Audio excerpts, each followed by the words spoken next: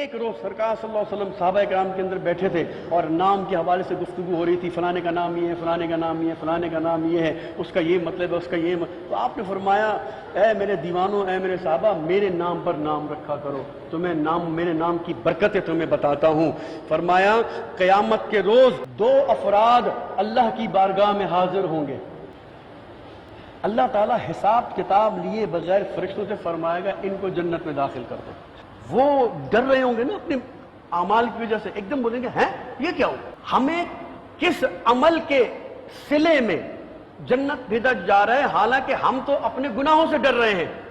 ہمارے اعمال نامے میں ایسے کوئی عمل نہیں ہے کہ ہم سروائیو کرنے کامیاب ہوں، آخر ایسی کون سی بات ہے ہم میں؟ تو پوچھا جائے گا اپنے نام بتاؤ، ایک کہے جی میرا نام احمد ہے، دوسرا کہے جی میرا نام محمد ہے، تو اللہ فرمائے گا میں نے قسم لے رکھی ہے کہ جس کا نام محمد اور احمد ہوگا اسے جہنم میں نہیں ڈالوں گا، یہ ناموں کی برکت سے تمہیں جنت میں ڈال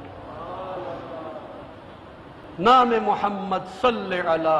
آنکھوں کی ٹھنڈک دل کی جلا، یہ نام کوئی کام بگڑنے نہیں دیتا، بگڑے بھی بنا دیتا ہے یہ نام محمد صلی اللہ علیہ وسلم۔ ایک اور بس روایت بیان کر کے ختم کر، کتابوں میں لکھا ہے خصوصیات اسم مصطفیٰ، یہ کتاب کا نام ہے، اس کے اندر پہلی جلد کے 455 نمبر صفحے پر یہ لکھا ہے، کتاب الشفا میں بھی یہ لکھا ہے، قیامت کے روز ایک شخص کو لایا جائے گا اور اس کے نامہ اعمال میں بہت ساری گڑبڑیں ہوں گی، تو اس کو حکم ہوگا کہ اس کو جہنم کی طرف لے جاؤ۔ اب یہ سب قیامت کے مختلف سیشنز ہیں، اس میں بے خبری نہیں ہے، یہ اس میں اللہ تبارک تعالیٰ کی حکمتیں ہیں، جو بعض چیزیں ظاہر کر دیتے ہیں، بعض چیزیں چھپا کے بعد میں بتاتا ہے، ٹھیک ہے نا، یہ سب اللہ تعالیٰ کی حکمت ہے، کوئی یہ نہ سمجھے بھی پہلے کیسے ہو گیا تو بعد میں کیسے ہو گیا، تو کوئی وسوسہ اپنے دل میں نہ آنے دے، یہ سب اللہ تعالیٰ کی مشیتیں ہیں اس طرح کرنا۔ تو اب جب اسے حکم ہوگا نا کہ چلو اس کو جہنم میں ڈال دو، تو فرشتے آئیں گے،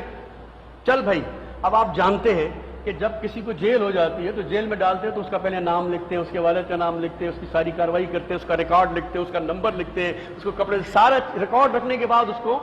پابند سلاسل کیا جاتا ہے، تو فرشتے آ جائیں گے اس کے بعد، ہاں بھائی چل بتا تیرا نام کیا ہے، وہ کہے گا جی میرا نام محمد ہے،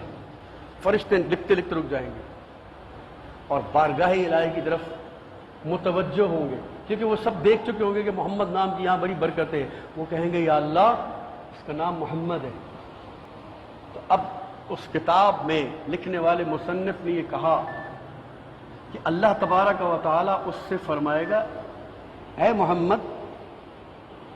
تجھے شرم نہیں آئی، تو اپنی زندگی میں ایسے الٹے سیدھے کام کرتا رہا جبکہ تیرا نام میرے نبی محمد کے نام پر تھا، اور تیرے ان اعمال نے تجھے آج کس نہج پہ یا کس ڈگر پہ پہنچا دیا، کس انجام پہ پہنچا دیا، تجھے ہرگز حیا اور شرم نہ آئی کہ تو یہ الٹے سیدھے کام کرتا رہا دنیا میں اور آج جہنم کا حقدار ٹھہرا ہے،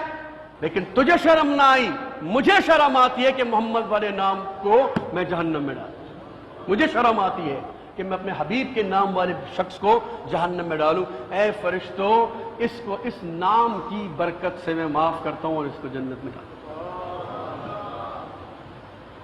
ایک اور روایت یاد آ گئی، وہ بھی بس 1 منٹ میں ختم کر کے بات مکمل کرتا ہوں۔ ایک روایت یہ بھی ہے، میں نے کہا نا مختلف سیشن ہوتے ہوں گے وہاں پر، تو حکم ہوگا محمد صلی اللہ علیہ وسلم اٹھیے اور جنت میں چلے جائیے۔ اب جب یہ اعلان ہوگا تو وہاں میدان حشر میں ہزاروں لاکھوں کی تعداد میں محمد نام کے لوگ ہوں گے۔ اب جب محمد چلا جائے جنت میں، جب یہ ہوگا تو اب سب جن کے نام محمد ہوں گے ان کے کان میں آواز پڑے گی، وہ کھڑے ہو جائیں گے، چلو بھی جنت میں جا رہے ہیں سب۔ اب اتنے کھڑے ہو جائیں گے فرشتے حیران، یہاں تو محمد رسول اللہ کو بھیجا جا رہا تھا، یہ اتنے سارے محمد کھڑے ہو گئے، اب کیا کیا جائے؟ تو اللہ تبارک تعالیٰ فرمائے گا میرے نبی کے نام کی برکت سے ان سب کو بھی جنت میں ڈالو۔ اللہ تبارک و تعالیٰ نام محمد صلی اللہ علیہ وسلم کی برکت عظمت سمجھنے کی توفیق عطا فرمائے۔ پھر کبھی موقع لگا تو اس میں مزید گفتگو کریں گے۔ وما علینا الا البلاغ۔